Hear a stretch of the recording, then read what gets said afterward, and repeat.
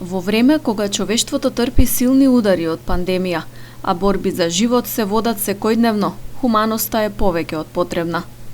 Гостиварци потврдуваат дека ги негуваат хуманите вредности и секогаш се подготвени да помогнат каде што треба. Во службата за трансфузиологија во гостиварската болница секојдневно доаѓаат граѓани оздравени од ковид кои сакаат да даруваат крвна плазма, што се користи за лекување на други заболени. Третманот со конвалесцентната плазма се покажува како ефикасен кај ковид болните со посериозна клиничка слика и затоа потребите се големи. За конвалесцентна плазма многу пациенти имат потреба за ова плазма. Во Гостивар имаме пациенти, имаме људи, имаме крводарители што су прележели ковидот и доаѓа да даруваат. Потребата е уште поголема. Имаме ден што до 5 до 6 доаѓаат, па имаме ден од 20, ево во моментот сега вие кога, ево 20 се. Значи имаме крводарители што го поминале ковидот, има такви интерес за дарување на конвалесцентна плазма.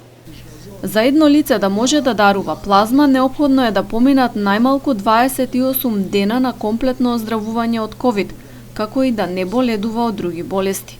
Треба да биде на возраст од 18 до 60 години, со телесна тежина поголема од 55 килограми. Доктор Елези нагласува дека многу е важно дарителот да има развиено соодветна концентрација на антитела во организмот.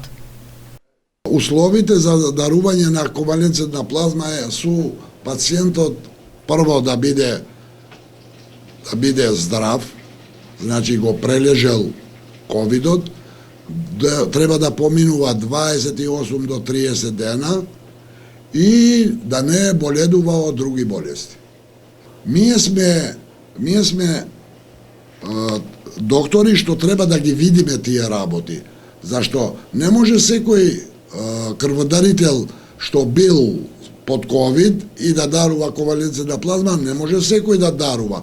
Ние треба да провериме дали тој пациент има антитела за конвалесцентна плазма.